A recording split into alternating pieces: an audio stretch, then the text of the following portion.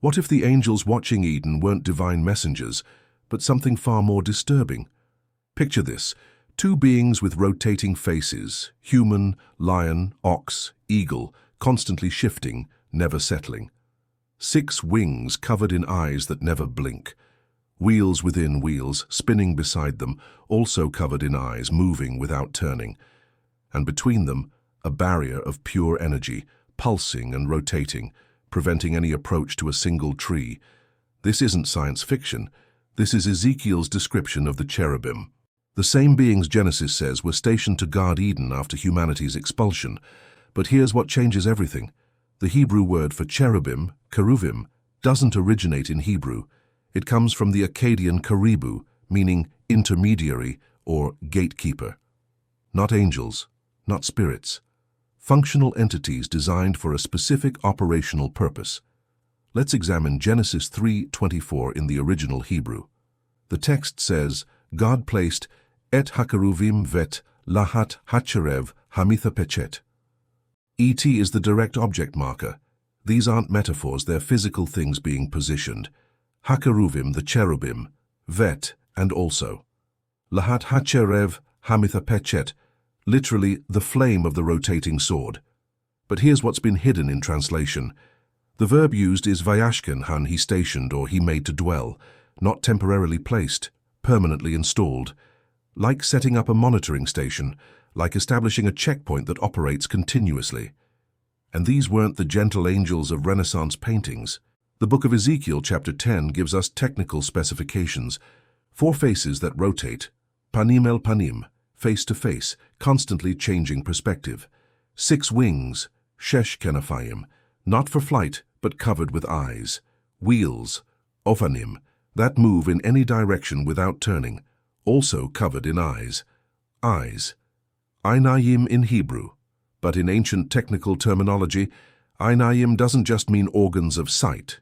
It means sensors, points of observation, data collection nodes. The cherubim weren't angels.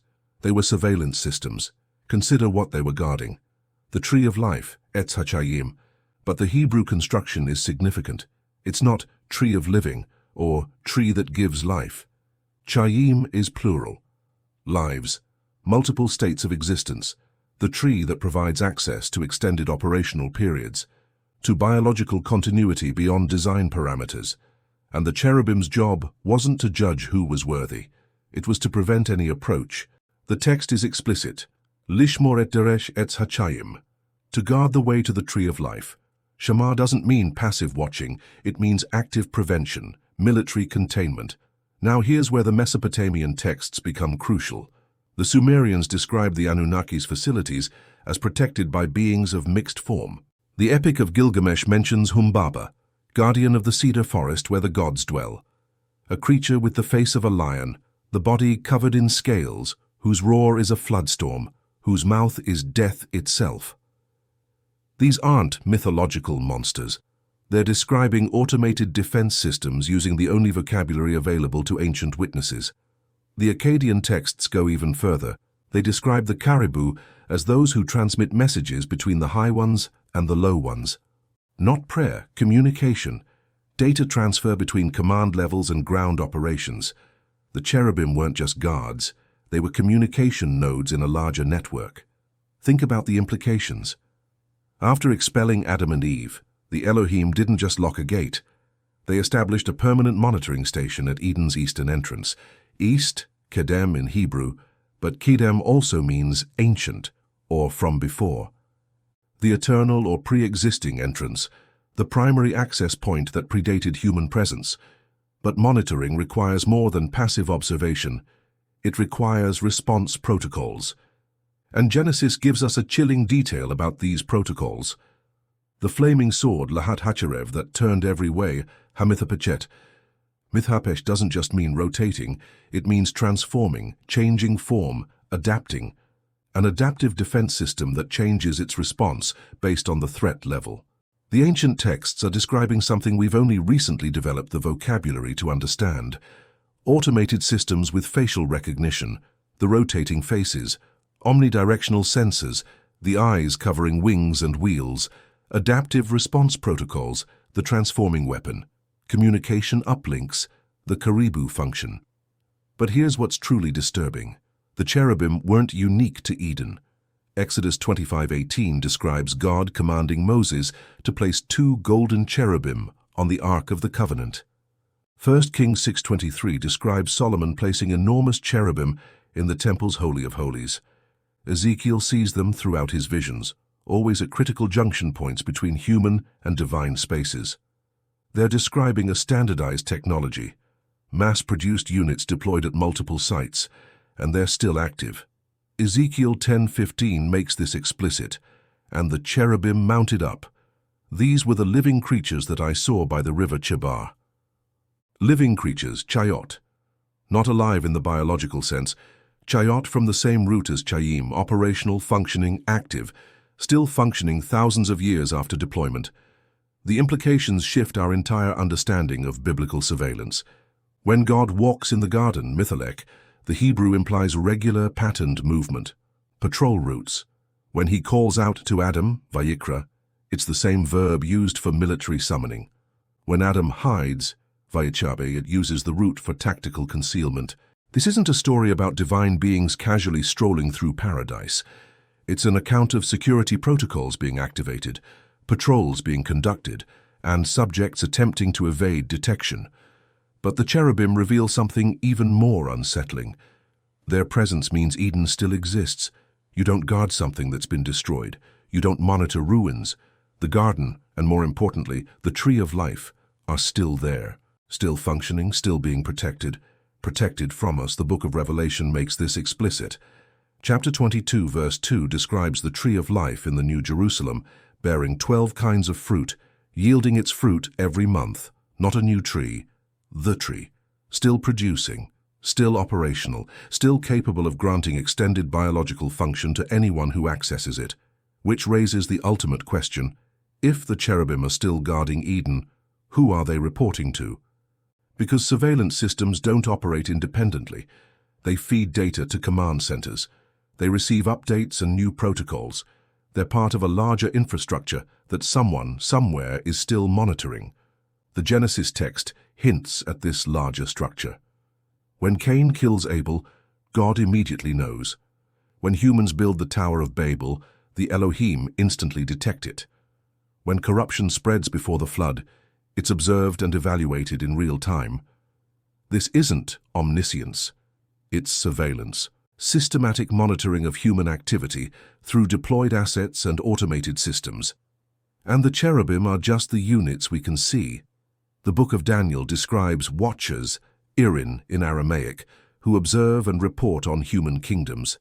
The book of Enoch details multiple classes of monitoring entities, each with specific observational responsibilities. The Psalms repeatedly mention eyes of the Lord that are in every place. We're not describing spiritual observation. We're documenting a surveillance network that's been operational since humanity's earliest recorded history. But here's what's changed. We're beginning to recognize it.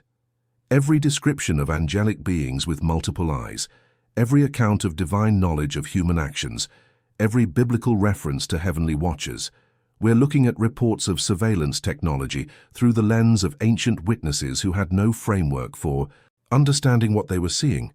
When Ezekiel describes wheels within wheels covered with eyes, moving in perfect synchronization without turning, he's watching drone technology.